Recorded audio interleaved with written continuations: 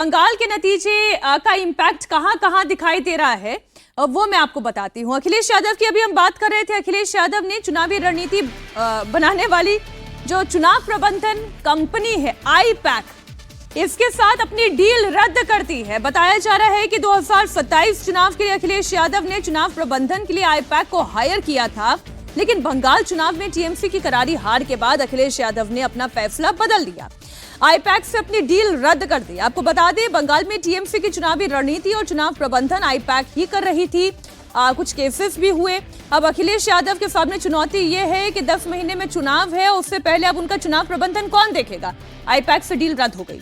अभी मैं आपको यही कह रहा था कि अखिलेश जी जो आप कह रही थी बातें कि 3 या 4 बार गए थे ममता बनर्जी से मुलाकात के करने पास, के तो लिए। एक्चुअली वो आईपैक को हायर करना चाह रहे थे अपने चुनावी प्रबंधन के लिए।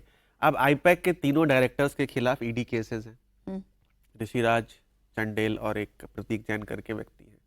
और आईपैक सिर्फ बंगाल में ही नहीं, बंगाल में तो हेल्प कर रही थी ममता बनर्जी को और तमिलनाडु में हेल्प कर रही थी डीएमके को।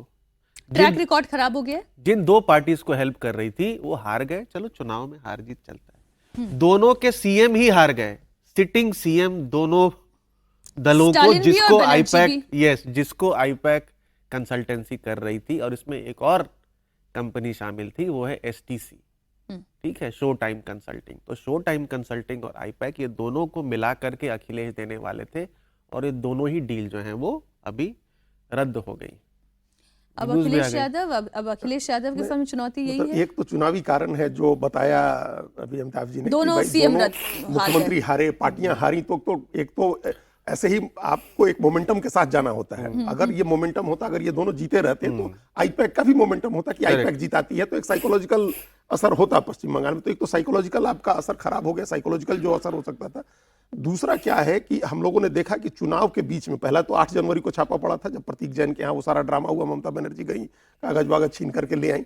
उसके बाद चलते चुनाव में ईडी ने छापा मारा। कोयले की तस्करी का पैसा दिए जाने की खबर है कि वो पैसा ब्लैक से व्हाइट किया गया, मनी लॉन्ड्रिंग हुई। अब उसमें विनेश चंदेल अरेस्ट हो गए।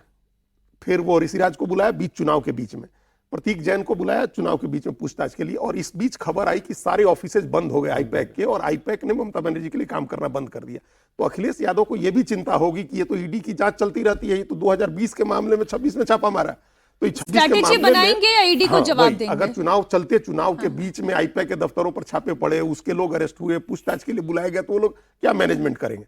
तो इस डर से भी उन्होंने पीछा छुड़ाया कि भाई अब दूसरा ही कर लेंगे। जो बात आपने कही ना ममता बनर्जी की और स्टालिन की भी, मुझे प्रशांत किशोर का एक पुरानी बात याद आ गई कि आप किसके लिए स्ट्रैटेजी बना रहे हैं, आप इस रेस के कौन से घोड़े के लिए आप स्ट्रैटेजी बना रहे हैं, उस पर भी बहुत निर्भर करता है। जब वो बीजेपी के लिए काम कर रहे थे, प्रधानमंत्री नरेंद्र मोदी चेहरा थे, और वो उनकी ताकत इस देश में, ऐसा नहीं है, जो उनका विरोधी भी है वो भी जानता है उनकी ताकत क्या है। और ममता बनर्जी के सामने और स्टालिन के सामने तो हार दिखाई दे रही थी और एंटी इनकम्बेंसी खड़ी थी। तो केवल मैं इसमें आईपैक को दोष नहीं दूंगी, उन दोनों चेहरों को भी दोष दूंगी जिनके लिए वो स्ट्रैटेजी बना रहे थे। जब आप क्रेडिट लेते हैं ना, तो दोष आपको लेना पड़ता है, डिस्क्रेडिट भी लेना पड़ेगा। और अगर स्ट्रैटेजीज की बात हो रही है तो मैं थोड़ा हट करके अब आपको एडीएमके की बात बता देता हूँ। एडीएमके के स्ट्रैटेजिस्ट हैं हरि कसुला और श्रवंत देवभक्तिनी।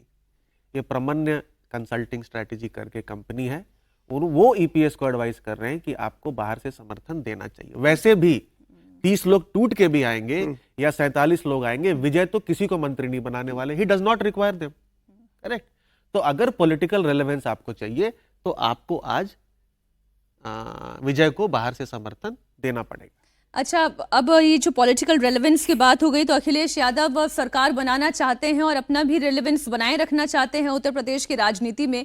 तो आईपैक को लेकर डील भले ही रद्द हो गई हो, बंगाल को लेकर यूपी में इधर सियासत खूब शुरू हो गई है। यूपी सरकार के मंत्री हैं ओपी राजभर, अखिलेश यादव पर उन्होंने जबरदस्त प्रहार किया। राजभर ने अखिलेश यादव के लिए ट्वीट किया। उन्होंने कहा, एसी यानी एयर कंडीशन और पीसी यानी कि प्रेस कॉन्फ्रेंस, एसी और पीसी वाला नेता अखिलेश यादव है। उन्होंने दावा किया कि 2027 चुनाव के बाद अखिलेश यादव की राजनीति खत्म हो जाएगी और अखिलेश यादव लंदन चले जाएंगे। ओम प्रकाश राजभर ने एक्स पोस्ट पर लिखा कि अखिलेश यादव जी ट्वीट एसी और पीसी के नेता हैं, उनको लेकर मेरे मन में कभी संदेह नहीं रहता। बंगाल चुनाव नतीजों को लेकर मेरे मन में कोई संदेह नहीं था। जिस दिन अखिलेश यादव जी ने ट्वीट कर ममता दीदी के जीत की मुनादी शुरू की, उसी दिन पक्का हो गया था कि वो हारने जा रही हैं। अखिलेश जी ने महाराष्ट्र में उद्धव ठाकरे का समर्थन किया, वो हार गए। दिल्ली में केजरीवाल की सरकार का समर्थन किया, वो भी हार गए। तेजस्वी के लिए गांव-गांव घूमे, तेजस्वी हार गए। राहुल गांधी को प्रधानमंत्री बनवा रहे थे, वो भी पराजित हो गए। अखिलेश यादव खुद 2014, 17, 19, 22 का चुनाव हार गए, 27 में भी हारेंगे। अखिलेश के पीछे सजातीय वोटों के अलावा कोई ताकत नहीं, कोई गुण नहीं। दोपहर तक सोते हैं, एसी से बाहर निकलते नहीं और फिर सोशल मीडिया के अलावा कहीं दिखाई देते नहीं। और अगर मैं इसमें एक सनातन वाला एंगल भी लेकर आऊं, जो ओम प्रकाश राजभर ने नहीं किया, लेकिन हमने देखा योगी आदित्यनाथ का एक बयान है। जरा पीसीआर योगी आदित्यनाथ जी का वो बयान भी लगा दें, जिसमें उन्होंने कहा कि जो सनातन को गाली देगा, जो सनातन की आलोचना करेगा, अपशब्द कहेगा, उसका फूफड़ा साफ हो जाएगा।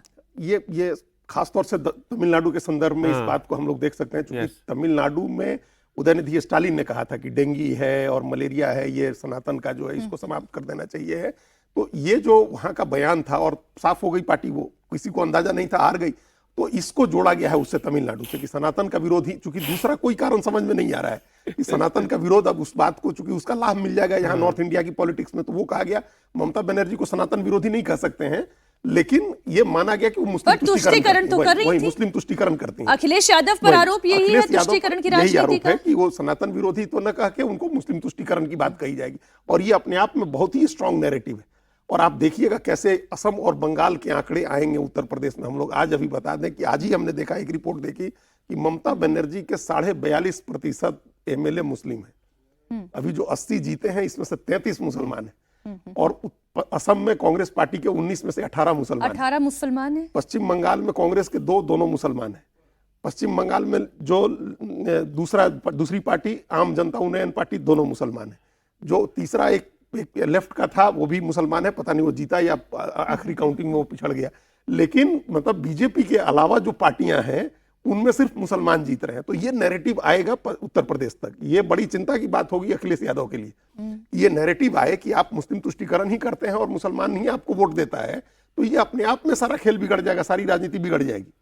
तो ये सनातन वाला एंगल जो आपने जोड़ा, वो ठीक है। और ये बात लेकिन जो राजभर कह रहे हैं, इस बात, ये एक आई ओपनिंग चीज है और तमाम चीजों को नेताओं के लिए सबक लेने की बात है, चाहे तेजस्वी यादव हो, चाहे अखिलेश यादव हो, या जो भी, राहुल गांधी भी, कि आपके बारे में ये धारणा है कि आप लोग फुल टाइम पॉलिटिशियन नहीं हैं, आप लोग जो है पार्ट टाइम पॉलिटिक्स करते हैं, आराम की जिंदगी जीते हैं। सेकंड, थर्ड, फोर्थ जनरेशन के जितने भी नेता हैं, उनको इसे सबक लेना चाहिए। कल बड़ी अच्छी बात ये सज्जन जी से एक शो में डिस्कशन के दौरान ये चर्चा हुई थी और उन्होंने कहा था कि ये जितने भी सिल्वर स्पून वाले हैं ना, जिन्हें सत्ता हस्तांतरित होकर मिली है, तो वो मेहनत कर ही नहीं सकते जैसे बीजेपी कर रही है। नहीं कर सकते। बीजेपी ने सबसे ज्यादा लंबे समय तक विपक्ष में बैठकर राजनीति की है, तो इसलिए वो जानते हैं कि विपक्ष में बैठना क्या होता है और राजनीति के लिए, सत्ता में आने के लिए लड़ना क्या होता है। मुलायम सिंह को ही देखे ना, जितनी मुलायम सिंह ने मेहनत की है, साइकिल से घूम के मुलायम सिंह और शिवपाल यादव ने पार्टी का संगठन खड़ा किया है। साइकिल चलाएंगे इतनी देर अखिलेश यादव? ये आपने तो कैसा उनके सामने चुनौती रख दी है।